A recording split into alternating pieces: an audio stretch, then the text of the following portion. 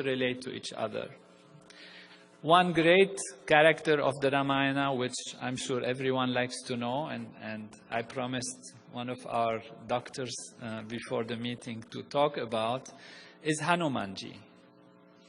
Hanumanji, how can we explain such a very complex character?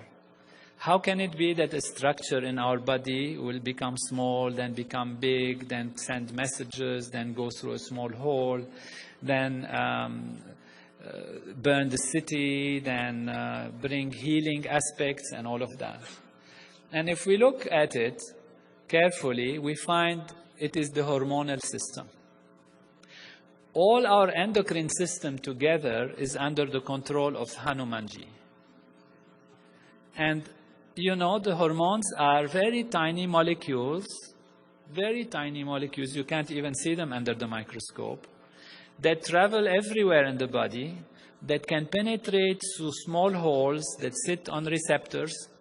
They send messages, they are messengers actually, and therefore this is how it is a message. Yet, as a whole, as a group, they are huge. In a split second or a few seconds, if you have a secretion of hormones, a certain type of hormone in the body, your whole metabolism can be changed, your digestion can be changed, your immune system can be activated or deactivated. And when you look in the Ramayana and see how Hanumanji is described, you actually find that this is a physiological description of the entire hormonal system. I let you read how the Vanaras, which are the monkey-like aspects, are actually guided, and their king, Vali and Sugriva, and the relationship between them, and how they actually control the hormonal system.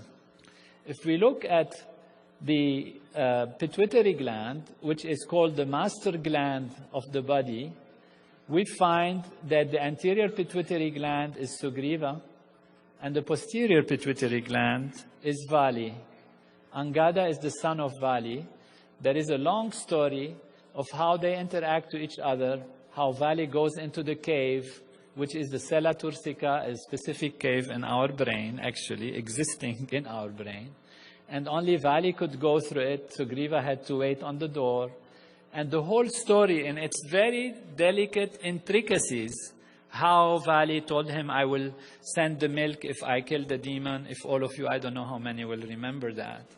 And you see that this part of the structure of the pituitary gland is related to milk secretion, how this part is related to other aspects that are described almost technically precisely in the Ramayana, in word for word, as if you just change the words and the Ramayana becomes a physiological book, a book of neuroanatomy or neurophysiology.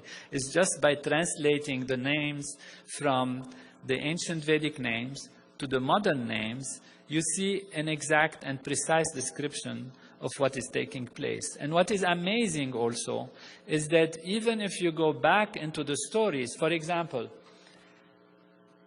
Vali was said to have been born from the head of his father, Riksharaja, and Sugriva was born from the neck of his father, Riksharaja. And then they joined together and worked together.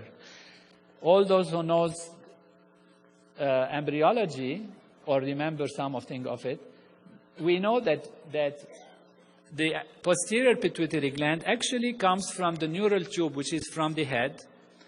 And the anterior pituitary gland, I mean in our body, in physiology, the pituitary gland comes from the top of the neck, from the palate, the anterior pituitary. And the anterior pituitary climbs and joins the posterior pituitary. So when it's said in the Vedic literature, in the Ramayana, that Riksharaja's head, from his head came Vali, and from his palate or from his neck came Sugriva, it's an actual, precise description of how the structure actually developed, how they joined together. So these are just a few examples. The time doesn't allow us to go into it. Ramayana is so delightful. We could spend the whole night talking about Ramayana and certainly seeing how it connects to our body. But that's the point of the evening today, is to give us an idea of how actually we are Veda, in a physical way, how Ram is within us, Sita within us, Hanuman, Ravana also somewhere, and how they all interact, and how the story of the Ramayana is the story of our own development and our growth in higher states of consciousness, and how by actually achieving enlightenment and higher states of consciousness, we understand all the developments of the Ramayana taking place within us. This is the story of how creation is made, how life is made, how our body is made, how our society works, and how our universe works. This knowledge, which comes from direct experience, is perfect and complete knowledge. If we go back in history, what was the reference for action, the reference for thinking, for behaving? It was self-referral, pure knowledge. Today, modern science has given us a lot to improve our life. We have cars, we go to the moon, we fly fast, etc. But we always refer in our actions, in our politics, in creating our laws, in our decision-making, to our self-referral values within us. We refer to what we know best to do.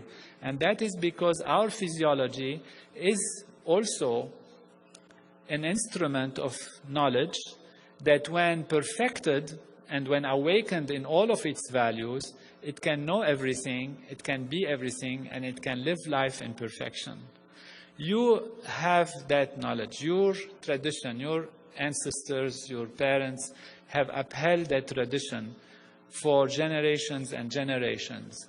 And today it's only because modern science had advanced enough that we can truly recognize the value of this knowledge.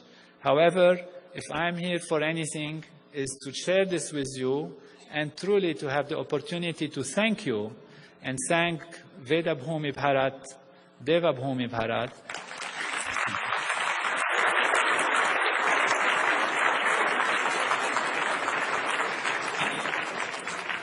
and the holy tradition of Vedic Master, and of course my teacher, Maharshi Mahesh Yogi, for maintaining this knowledge and giving it to the world for the creation of a true Ram Raj, heaven on earth everywhere. Jai Guru.